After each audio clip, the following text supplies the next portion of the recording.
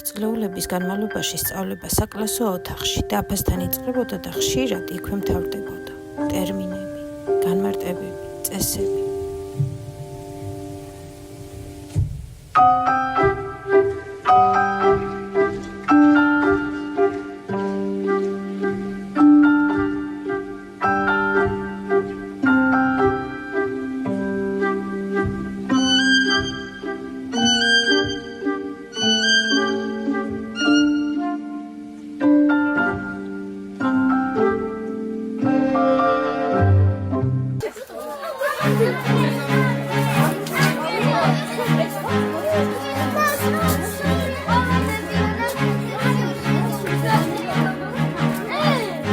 მოგწონთ ბავშვებო?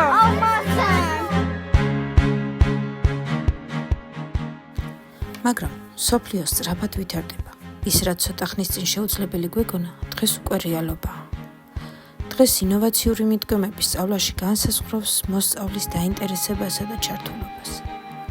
ცოდნა მაშინ ცოცხლდება, როცა ბავშვი საკუთარი თვალით ხედავს, ეხება, იკვლევს, ემოციის და შეგრძნების დონეზე იმახსოვრებს.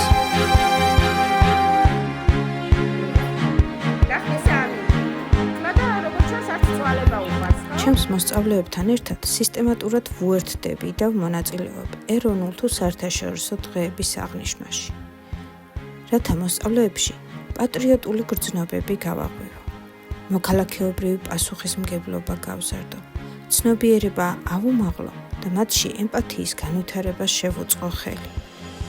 ამიტომ ვთვლი, რომ საკლასო ოთახის საზღვრები მუდმივად უნდა გაფართოვდეს, რომ სწავლა თავგადასავლად იქცეს.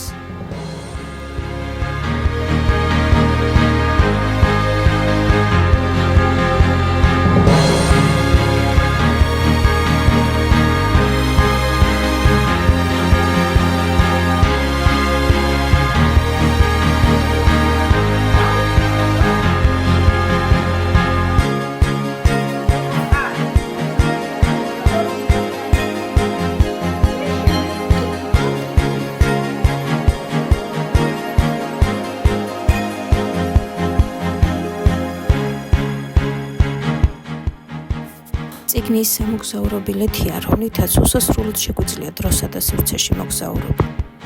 ამიტომ კითხვა ყველგან შეიძლება. წიგნის მაღაზიაში, ბიბლიოთეკაში, სკოლის ეზოში, ყველგან, სადაც მოგვინდება, სახალხოდ, საჯაროდ.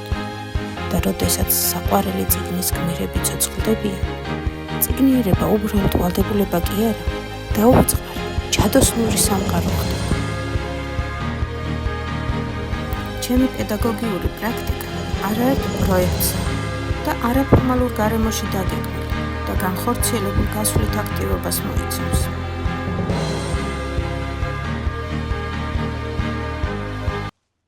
მე მჯერა, რომ განათლება მხოლოდ ცოდნის გადაცემა არ არის. ეს არის შესაძლებლობა, რომ ბავშვმა იფიქროს, იკვლიოს, შექმნას და პასუხისმგებლიან მოქალაქედ იქცეს. ყოველი პროექტი, ყოველი გასვლითი გაკვეთილი ემსახურება ერთ მიზანს, რომ ბავშვმა აღმოაჩინოს საკუთარი თავი და საკუთარი გზა.